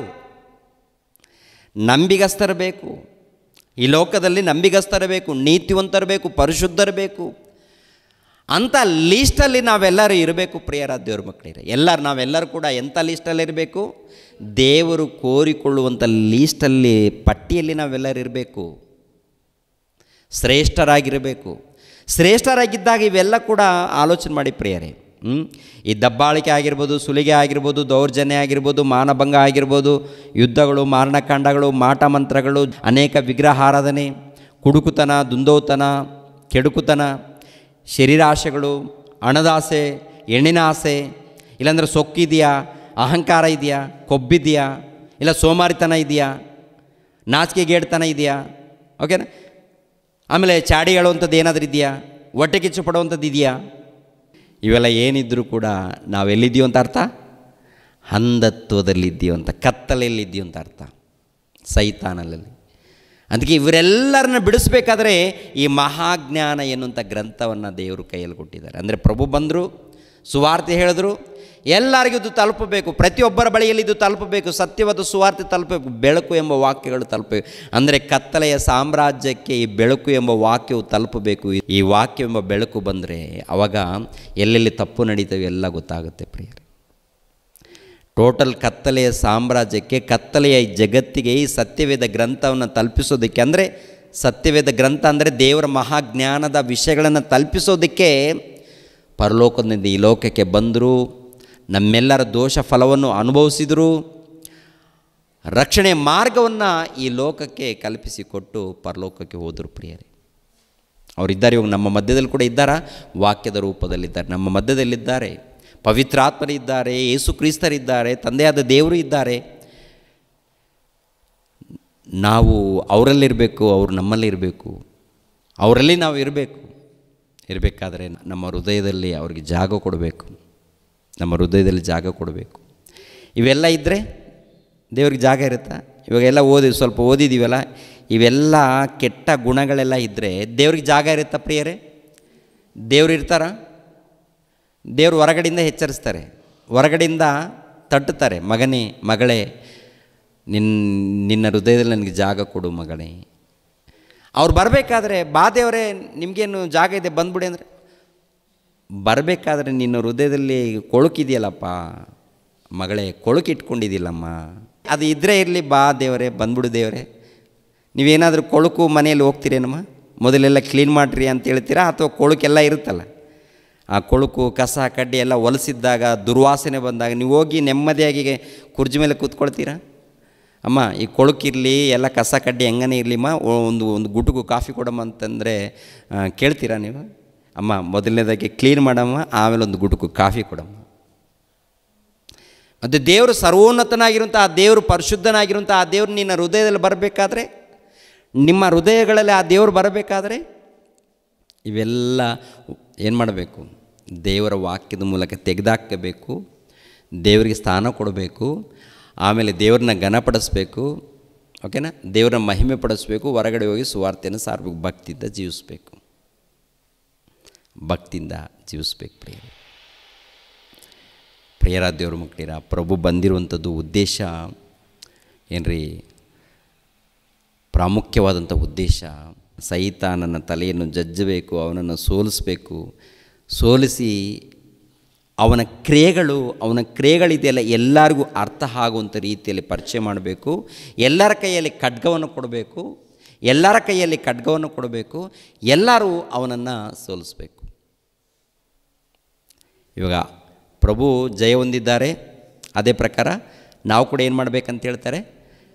ನೀವು ಕೂಡ ಜಯ ಹೊಂದಬೇಕು ಅಂತ ಹೇಳ್ತಾರೆ.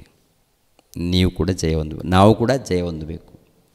ಅಂದರೆ ದೈವ ಕುಮಾರನಾಗಿರುವಂಥ ಈತನು ಶರೀರಧಾರಿಯಾಗಿ ಬರೋದಕ್ಕೆ ಮುಖ್ಯ ಕಾರಣ ಇಷ್ಟೇ ಪ್ರಿಯರು. ಒಂದು ಸರಿ ಹಿಬ್ರಿಯರಿಗೆ ಬರೆದ ಪತ್ರಿಕೆ 2ನೇ ಅಧ್ಯಾಯ 14ನೇ ವಚನ. ಇದಲ್ಲದೆ ಮಕ್ಕಳು ರಕ್ತ ಮಾಂಸಧಾರಿಗಳಾಗಿರುವುದರಿಂದ ಆತನು ಅವರಂತೆಯೇ ಆದನು. ತನ್ನ ಮರಣದಿಂದಲೇ ಮರಣಾಧಿಕಾರಿಯನ್ನು, ಅಂದರೆ ಸೈತಾನನನ್ನು ಅಡಗಿಸಿ ಬಿಡುವುದಕ್ಕೂ ಮರಣ ಭಯದ ದೆಸೆಯಿಂದ ತಮ್ಮ ಜೀವಮಾನದಲ್ಲೆಲ್ಲ ದಾಸತ್ವದೊಳಗಿದ್ದವರನ್ನು ಬಿಡಿಸುವುದಕ್ಕೂ ಅವರಂತೆ ರಕ್ತ ಮಾಂಸಧಾರಿಯಾದನು.